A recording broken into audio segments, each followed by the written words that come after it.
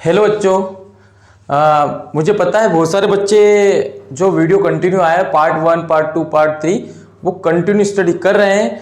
और बच्चों मैं आपको विश्वास दिलाता हूं कि आप बहुत अच्छे तरीके से नॉलेज गेन करेंगे, साथ साथ बहुत अच्छा रिजल्ट आपका आने वाला है, क्योंकि हम हर एक टॉपिक को आपको करवा रहे हैं और डेली हम पार्ट आपको उपलब्ध करवाता कि आप अलग अलग पार्ट से इजी तरीके से आप कर पाएं। साथ में आपको एक फैसिलिटी हमारे यहाँ पर मिल रही है कि आपको नोट्स भी अवेलेबल हो पा रहे हैं, और नोट्स भी ऐसे कि सारी मतलब बिल्कुल एनसीईआरटी बेस्ड पर हम नोट्स आपको हेड रिटन नोट्स दे रहे हैं। तो बच्चों आज हम क्या करने वाले हैं, वन टॉप इक्वेशन पढ़ेंगे। तो बच्चों वन टॉप इक्वेशन आपको ध्यान रखना, बिल्कुल इजी वे में मैं आपको बताने वाला हूं।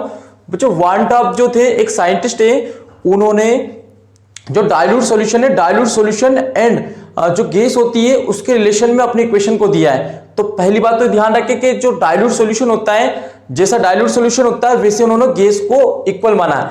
एक और चीज, जैसे डाइल्यूट सॉल्यूशन में जो ऑस्मेटिक प्रेशर होता है, osmotic pressure and gas pressure, इसको इक्वल माना है। तो उसको बेस मानते हुए उन्होंने एक इक्वेशन दिया था, और इक्वेशन भी कौन सी बेस मानी, जो आपकी पीवी इक्वल टू एनआरटी होता है। बच्चों पीवी इक्वल टू एनआरटी क्या होता है, ये जनरल गैस फॉर्मूला होता है। तो जनरल गैस फॉर्मूले में जैसे वॉल्यूम एंड टेम्परेचर होता है, वॉल्यूम एंड टेम्परेचर, इसको भी इक्वल माना है। इसी को बेस मानते हुए एक इक्वेशन को दिया था जिसको हम वन टॉप इक्वेशन कहेंगे।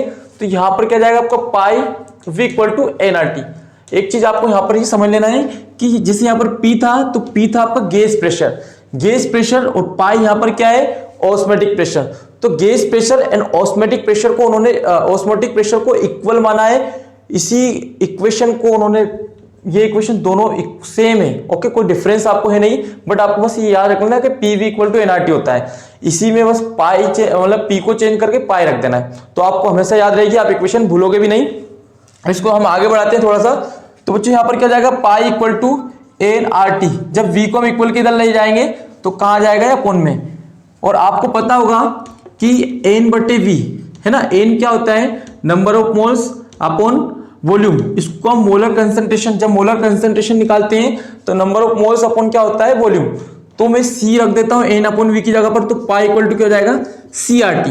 तो यहां तक तो आपको सारी चीज समझ में आ रही होगी। अब मैं थोड़ा सा आपको ये बताता हूं कि इस इक्वेशन में कौन सी चीज क्या रखना है। तो वेयर आपको बच्चों याद रखना है, जैसे यहां पर जो पाई रहेगा आपका, इसको बोलेंगे ऑस्मोटिक प्रेशर, है ना बेटा, ऑस्मोटिक प्रेशर हम बोलेंगे, है ना, ऑस्मोटिक प्रेशर ऑफ सॉल्यूशन का, किसी भी सॉल्यूशन का ले लेंगे, डाइल्यूट सॉल्यूशन का ऑस्मोटिक प्रेशर। उसके बाद हमारे पास क्या रहेगा, V है यहाँ पर, तो V रहेगा वॉल्यूम।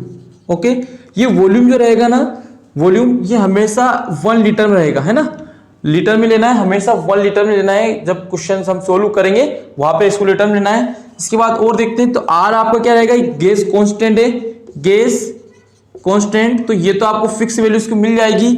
T आपका क्या रहेगा, टेम्परेचर रहेगा,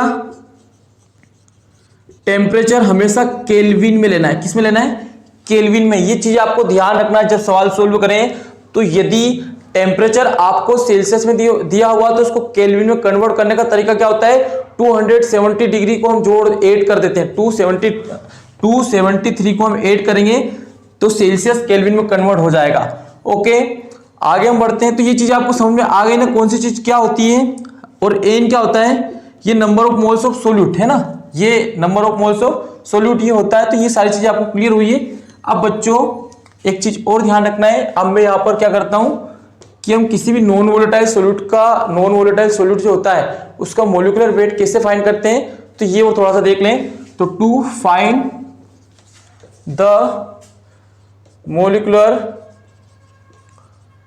wait of non volatile solute, है ना, थोड़ा शॉर्टकट चलेंगे। यहां पर मैंने बताया आपको to find the molecular weight of non volatile solute.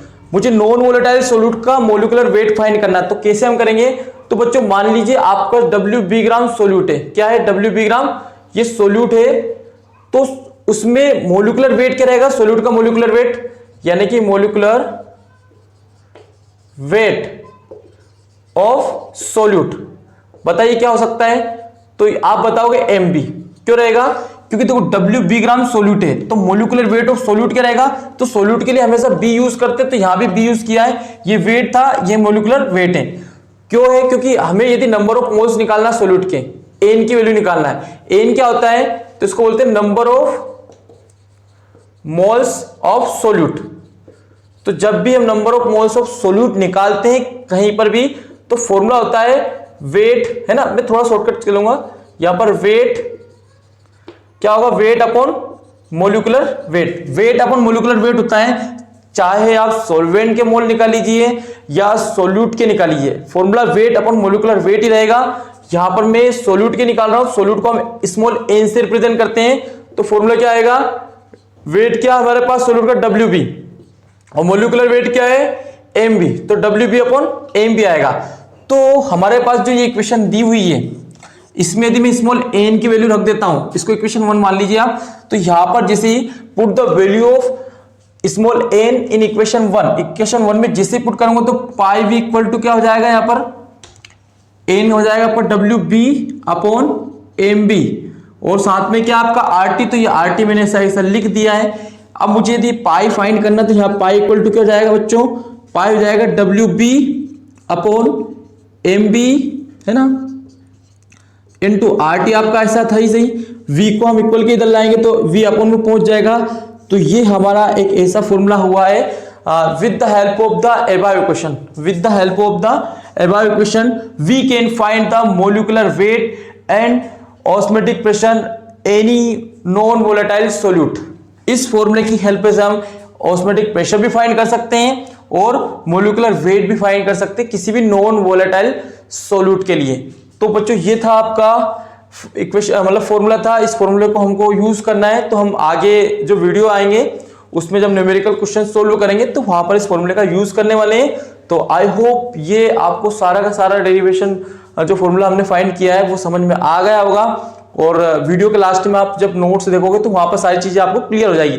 बच्चों आप एक तरीका ऐसा यूज कर सकते हैं कि पहले वीडियो के लास्ट में जाइए और वीडियो के लास्ट में जाके पहले नोट्स बना लें। नोट्स बनाने के बाद आप वीडियो को देखें तो उससे और आसानी हो जाएगी आपको समझने के लिए।